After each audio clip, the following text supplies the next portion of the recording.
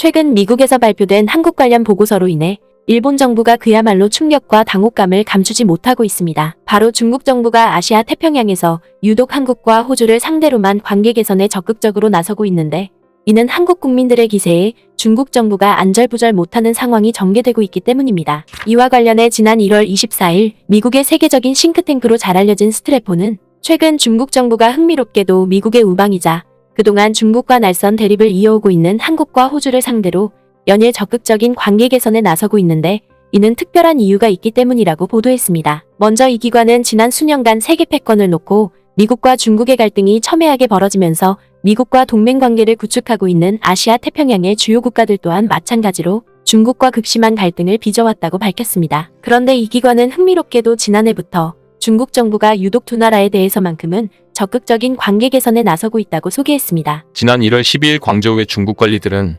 2020년 이후 금지된 호주산 석탄 수입을 국내 기업들이 재개할 수 있도록 허용했다. 지난해 11월 22일 중국의 스트리밍 사이트인 텐센트도 5년 만에 한국 드라마를 상영했다. 이 두 가지 조치는 최근 몇 년 동안 손상된 일부 경제관계를 복구하기 위한 중국의 접근 방식에 변화를 가져왔다. 그러면서 미국의 싱크탱크인 스트래포는 중국 정부가 이러한 조치를 내리기 전까지만 하더라도 한국과 호주는 중국 정부와 첨예한 마찰을 빚어왔고, 이에 따라 중국 정부가 두 나라를 상대로 상식 밖의 보복 조치까지 벌였다고 전했습니다. 먼저 한국의 경우에는 중국 정부가 2017년 초부터 한국 콘텐츠에 대한 수입을 전면적으로 중단했는데, 이는 한국 측이 미국의 미사일 방어 체계인 사드를 배치하자 중국 정부가 자국에 위협을 가하는 것으로 간주해 한국을 상대로 광범위한 보복 조치에 나섰다는 것입니다. 실제로 중국 정부는 한국 드라마와 K-팝 수입을 전면적으로 중단한 것도 모자라 급기야 한국 상품 불매 운동까지 벌이면서 롯데마트를 비롯해 중국에 진출해 있던 한국 기업들이 잇따라 사업을 중단하고 시장 철수에 나설 수밖에 없었습니다. 그리고 호주 또한 마찬가지로 지난 2020년 당시에 글로벌 대유행을 중국이 촉발시켰다며 호주 정부가 국제조사를 요구하고 나서자 이에 반발한 중국 정부가 호주의 주요 수출 품목인 석탄과 보리를 비롯해 와인과 쇠고기, 그리고 면화와 랍스터까지 모두 수입을 금지하는 무역 보복을 가했습니다. 하지만 미국의 싱크탱크인 스트래포는 시간이 흐르면서 이들 두 나라를 상대로 취한 중국 정부의 보복 조치가 오히려 중국 정부를 사면 초가에 내모는 형국을 초래했다고 비판했습니다. 실제로 이 기관은 중국 정부의 보복 조치가 이뤄지자마자 당시 한국과 호주 정부는 이에 맞서 이제껏 본 적 없는 전대미문의 대응 전략을 서슴없이 꺼내들고 나서면서 중국 정부를 경악해 했다고 소개했습니다. 한국과 호주는 모두 최근 몇 년 동안 미국과의 국방협력을 강화했으며 이로 인해 중국과의 관계가 긴장되었다. 서울과 캔버라가 미국과의 군사적 관계를 심화시키고 나선 것은 결과적으로 미국과 중국의 전략적 경쟁이 확대되는 상황에서 인도태평양 지역에서의 반중연합 형성에 대한 중국 정부의 두려움을 부채질했다. 그도 그럴 것이 이 기관은 당장 한국 정부만 하더라도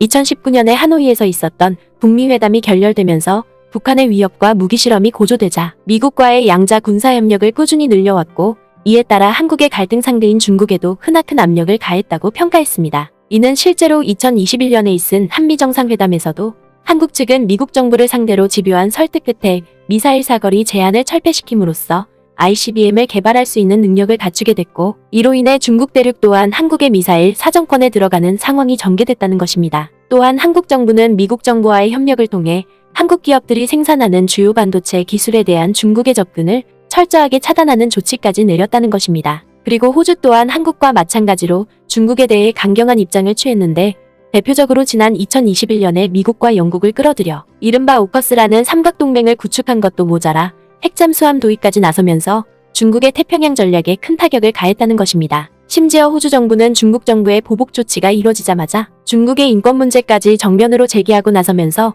국제사회로부터 큰 호응을 이끌어냈고, 이는 결국 중국 제품에 대한 세계적인 보이콧 현상까지 불러일으켰다는 것입니다. 때문에 미국의 싱크탱크인 스트래포는 한국과 호주 정부의 이 같은 전방위적인 대응은 중국과 다른 그 어떤 갈등 상대보다 중국 경제에 심각한 타격을 입혔다고 전했습니다. 이는 한국으로부터 최첨단 기술의 총화인 반도체 수급이 제대로 이뤄지지 않고 있는 데다가 호주로부터도 석탄과 보리를 비롯한 주요 생필품을 계속 들이지 못하면서 결국 중국의 에너지난과 물가 폭등이 나날이 급심해지고 있고, 이에 덩달아 중국의 부동산 시장과 경기에도 크나큰 치명타를 안겨주고 있다는 것입니다. 현재 중국은 정부의 부채 축소로 인해 부동산 위기와 계속해서 씨름하고 있는데, 중국의 100대 개발사는 지난해 11월까지 매출이 43%나 급감했고 48곳의 개발사는 2022년에 총 650억 달러의 부채를 지고 있다. 2022년 12월 중국은 경제적으로 큰 파괴력을 낳았던 제로 방역을 갑자기 완화했는데 이러한 방역 대책은 소비자 수요와 기업 활동을 위축시킴으로써 국가의 경제 회복을 크게 제약했기 때문이다. 따라서 미국의 싱크탱크는 중국 정부가 자국에 불어닥친 경기 악화와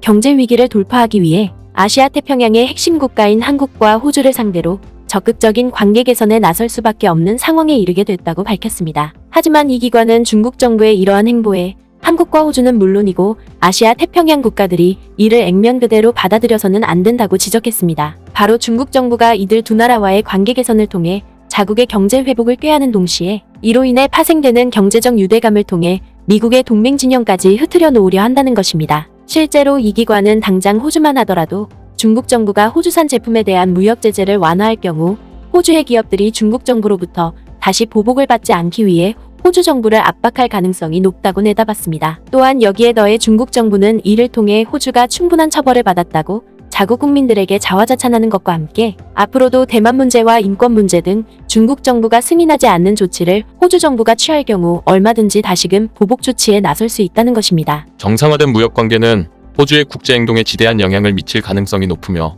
잠재적으로 캔버라의 안보지향적 정책 중 일부를 무디게 할 수 있다. 특히 이 기관은 중국과의 관계 개선을 통해 호주 정부가 당장 맞닥뜨려야 할 안보 문제는 크게 두 가지가 된다고 소개했습니다. 먼저 호주 정부가 그동안 중국의 기술 수출을 제한해왔던 미국과의 협력을 이제는 단념할 수밖에 없다는 것입니다. 그리고 미국 주도의 인도태평양 안보협의체인 쿼드에서 호주의 탈퇴를 종용하는 중국 정부의 요구가 줄기차게 이어질 가능성이 높다는 것입니다. 하지만 미국의 싱크탱크인 스트래포는 호주가 직면한 이 같은 상황과 달리 한국은 한국 국민들의 뛰어난 기상 덕분에 중국 정부의 이 같은 강요가 쉽사리 적용되지 못할 것이라고 분석했습니다. 중국 정부는 중국 시장의 문을 개방하겠다는 의지를 보여줌으로써 한국의 엔터테인먼트 기업인들이 한국 정부에게 최소한 중국과의 관계를 안정적으로 유지하도록 압력을 가하기를 바라고 있다. 그러나 이 전략은 한국이 미국과의 관계를 강화하는 것을 저지하려는 중국의 궁극적인 목표를 달성할 것 같지 않다. 한국은 중국과의 경제적 유대를 손상시키더라도 워싱턴과 긴밀한 안보 및 정치적 관계를 유지하려고 하기 때문이다. 더군다나 이 기관은 당장 한국의 엔터테인먼트 기업들이